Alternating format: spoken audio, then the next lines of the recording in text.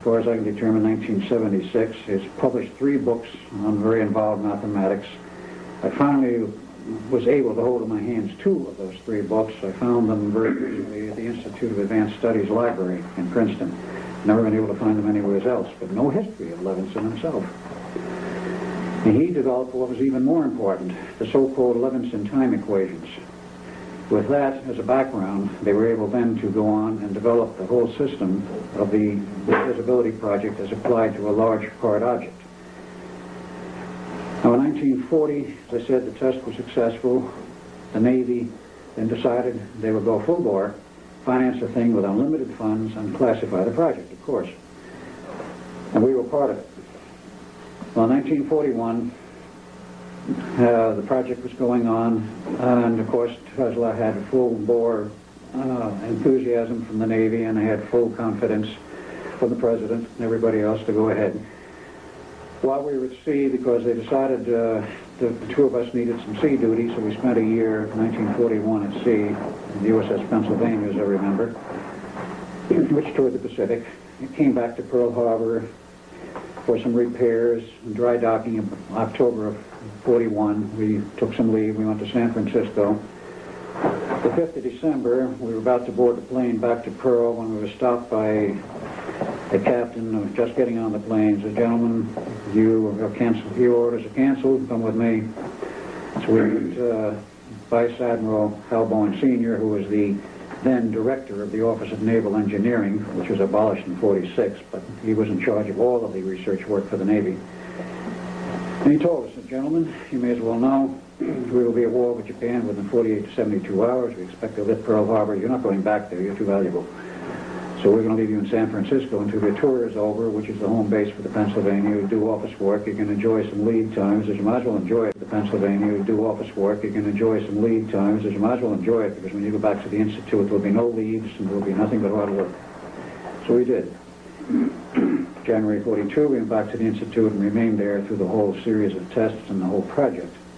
In the meantime, Tesla was given a ship for his full-size tests with crew. And that happened to be a battleship, unknown. But in wartime, apparently, politics has a bit of pull, and the politics coming from the President of the United States, he could probably order the Secretary of the Navy to supply any kind of ship that Tesla wanted. So he got a battleship. The equipment was designed, of course, by Tesla with a lot of work and cooperation, and you might say also a lot of fighting between Tesla and Van Neumann. Tesla was director, Van Neumann was, I guess, assistant. They didn't agree on everything. Van Neumann had a great deal of respect for Tesla's ability, but they didn't agree about everything. Tesla was insisting, as the date approached for the tests on the battleship with personnel, that they were going to have a very severe problem with personnel. He said flatly, he says, "You cannot employ the large amounts of power required to make a ship of this size invisible without having a very disastrous effect on the heads of the people, or the minds, or the bodies of the personnel involved, because they're talking megawatts of RF power, enormous amounts of power in the coils, which in the early phases were like degaussing coils, were wrapped around the hull of the ship, but the later design was a set of 4 coils mounted on the deck of the ship, specially designed Tesla conical-shaped designs. And just interestingly enough, every transformer design ever built by Nikola Tesla was conical, was not round core, it was conically shaped, tapering towards a point at the top. Well, he knew he had a problem, Tesla. He went to the Navy, asked for more time, they wouldn't give him more time. And he says, "You have a deadline."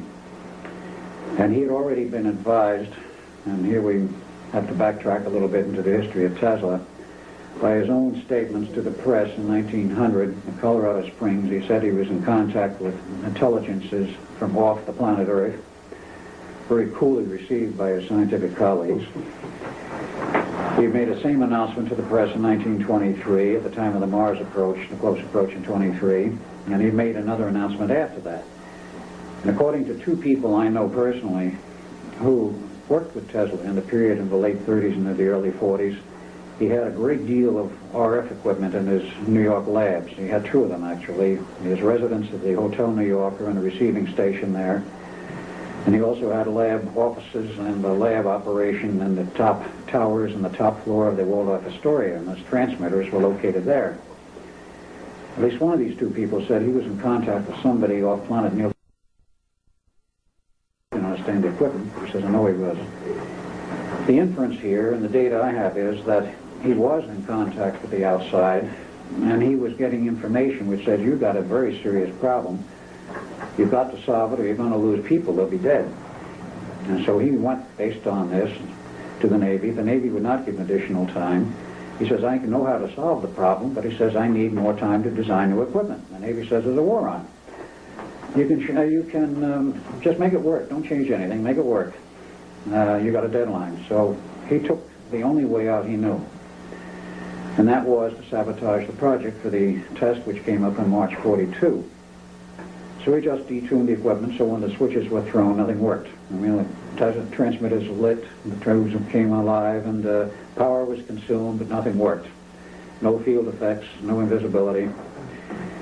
So he says, well, gentlemen, I guess I goofed, and it's time to leave. You have a very good man here who can take over the project, Dr. Ben Neumann. I'm leaving. Bye. It's debatable whether he left or was fired, or whether they said, you were fired, and he said, you can't fire me, I quit. In any case, he left. And that was the end of Tesla insofar as that project was concerned. What year was that? That was 1942, March. Van Neumann took over and he looked at everything. He said to the Navy, he says, I've got to make a study of this. It obviously failed. He says, I don't know what's wrong, but I'll find out. He says, I need time. And the Navy couldn't say anything. He said, give him the time. So he went ahead. We were working with him at that time.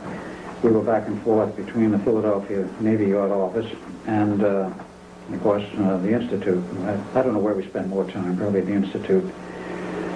So Van Neumann made his own study of it and decided to change things around, and they still had the two generators that he proposed to use. In the meantime, he didn't have the battleship. There was a ship of the line that went back in service.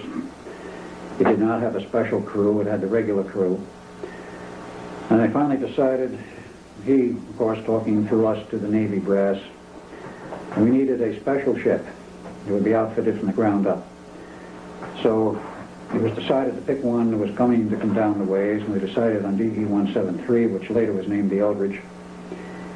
And about July of 42, they were laying the keel, and it was designed, the design was modified so they could put in two huge generators. And the reason why they had to design the equipment to the ship was the fact that the destroyer Escort is not a very large ship. It's about 1,500 tons.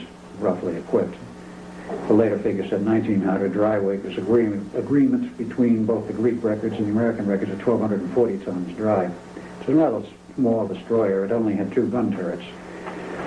So to fit two huge generators and the motor drive system and all the RF equipment and the four transmitters on this thing, it took a lot of design effort, actually from the beginning, to know where you're going to fit the stuff.